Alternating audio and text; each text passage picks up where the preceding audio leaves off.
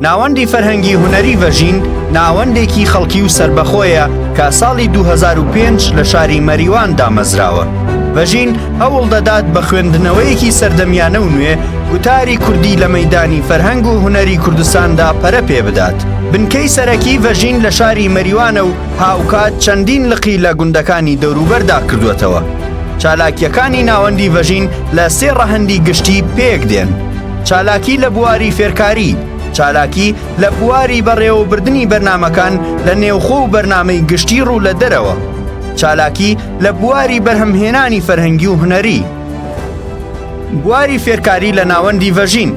ڤەژین گرنگیەکی تایبەتی بە فێرکاری داوە و بەردەوام هەوڵی داوە بە میتۆدی زانستی و کەڵکگرتن لە مامۆستایانی زانکۆ، هونەرمەندانی پلەبەرز و پسپۆڕانی شارەزا لە بوارە جیاوازەکاندا هەلێکی باش بۆ بەشداربووان لە خولە فێرکاریەکاندا بخولقێنێت.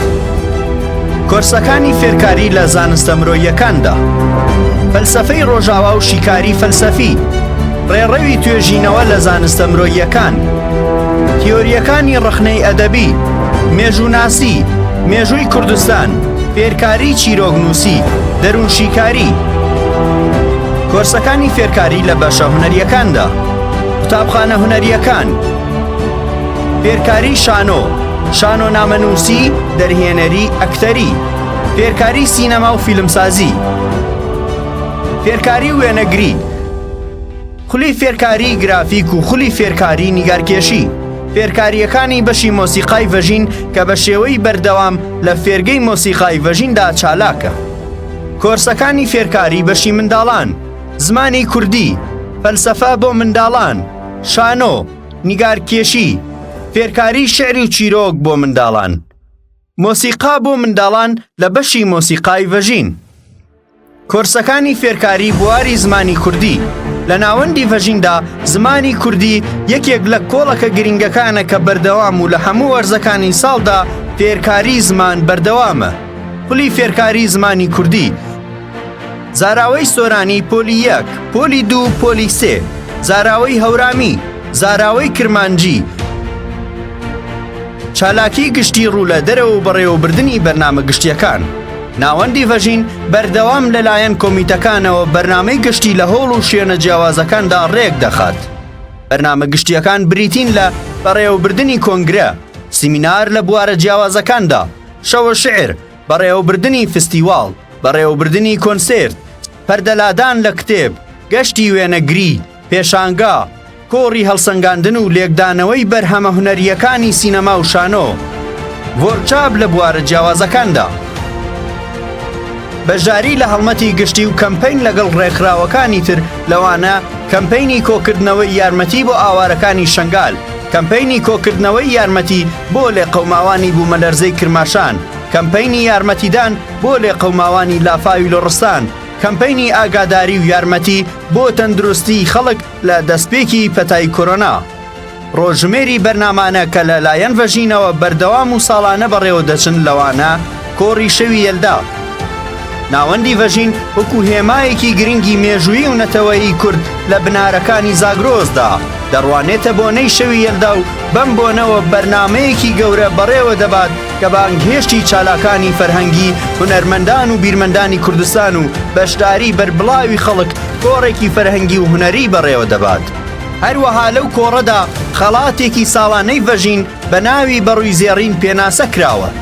هەموو ساڵێک دەبەخشێت بە کەسێک کە لە پێناوی فەرهەنگ و هونەری زاگرۆزدا تەمەنێک تێکۆشانی کردووە. نەورۆزانەی ڤەژین، لەم بەرنامەدا ئەندامانی ڤەژین لە نێوشار و گوندەکاندا کۆڕێکی تایبەت بە منداڵان بۆ یادکردنەوەی نەورۆز ڕێک دەخەن و بەرنامەی تایبەت بە منداڵان بەڕێوە دەبن. هەروەها لە ئەو کۆڕەدا وەکو دیاری نەورۆزانەی ڤەژین کتێبی کوردی پێشکەش بە منداڵان دەکرێت. ڕۆژی جیهانی منداڵان، ساڵانە لە ڕۆژی جیهانی منداڵاندا کۆڕێکی گەورە و تایبەت بۆ منداڵانی شار و گوندەکانی دەوروبەر بەڕێوە دەبات. لەو کۆڕەدا چەندین بەرنامەی تایبەت بە منداڵان، لەوانە شانۆی منداڵان، مۆسیقای منداڵان، مەتەڵ و گۆرانی منداڵان بەڕێوە دەچێت. ڕۆژەی دیجیتایزی فەرهەنگ و ئەدەبیاتی کورد یان ڤەژین بوکس.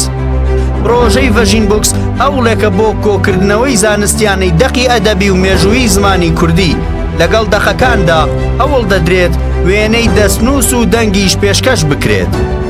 ئەم پرۆژەیە بە هەوڵی بەشدار بووان بەردەوام چاکسازی و بەڕۆژ دەکرێتەوە. ئامانجەکانی ڤەژین بوکس دروستکردنی کۆگایەکی دەق بۆ زمانی کوردی کە زانیاری زیادە وەک شێوەزار و ڕێکەوت و نووسەریشی لەگەڵدا بێت، بەهێزکردن و بەرزکردنەوەی پلەی زمانی کوردی لە ناوەڕۆکی سەروێبدا، دابینکردنی پێگەیەکی ناوەندی بۆ ژێدەرپێدان بە سەرچاوە مێژوویەکانی کوردی. پرۆژەی ڤەژین لێکس هەوڵێکە بۆ کۆکردنەوەی زانستیانەی فەرهەنگەکانی زمانی کوردی. لەم پرۆژەیەدا هەوڵ دەدرێت هەموو فەرهەنگە یەک زمانە و دوو زمانەکانی کوردی کۆ بکرێنەوە. هەوڵ دەدرێت بنەمایەک بۆ نووسینی فەرهەنگێکی نوێ بۆ زمانی کوردی دابمەزرێت. ڤەژین مێدیا پرۆژەی بەرهەمهێنانی بابەتی ڕۆشنبیری فەرهەنگی و هونەریە بە زمانی کوردی. لەم پرۆژەیەدا لە فۆرمەکانی ڤیدیۆ زانیاری، ئینفۆگرافی و پادکەست هەڵوەرگیراوە. سەرەڕای گرنگیدان بە کوردی ناوەندی وەکو زاراوەی پێوەر و فەرمی بە زاراوەکانی تری زمانی کوردی بەرهەم ساز دەکرێت. ئامانجەکانی ڤەژین مێدیا بەهێزکردنی گوتاری کوردی لە نێو لاوان و مێرمنداڵاندا، دەوڵەمەندکردنی ناوەڕۆکی کوردی لە مێدیا و تۆڕە کۆمەڵایەتیەکاندا، ناساندنی کەسایەتی و بابەتە کوردیەکانی پەیوەندیدار بە فەرهەنگ و هونەر بە زمانی کوردی، ناساندنی بابەت و کەسایەتیە جیهانیەکانی ئەدەبیات، هونەر و ڕۆشنبیری بە زمانی کوردی، بەرهەمهێنانی فیلمی بەڵگەیی. ناوەندی ڤەژین هەوڵی داوە بۆ ناساندنی باشتری هەندێک لە بابەتەکان لە فیلم کەڵک وەربگرێت و لەم بوارەدا چەندین فیلمی دۆکۆمنتاری ساز کردووە، لەوانە سازکردنی 7 فیلمی دۆکۆمنتاری لەسەر ژیان و ناساندنی ئەو کەسانەی کە لەلایەن ڤەژینەوە خەڵاتی بەڕووی زێڕین پێشکەشیان دەکرێت. فیلمی دۆکۆمنتاری لەسەر پێگەی مۆسیقای هەورامی، چەند فیلمی کورد لەسەر گرنگی زمانی دایکی.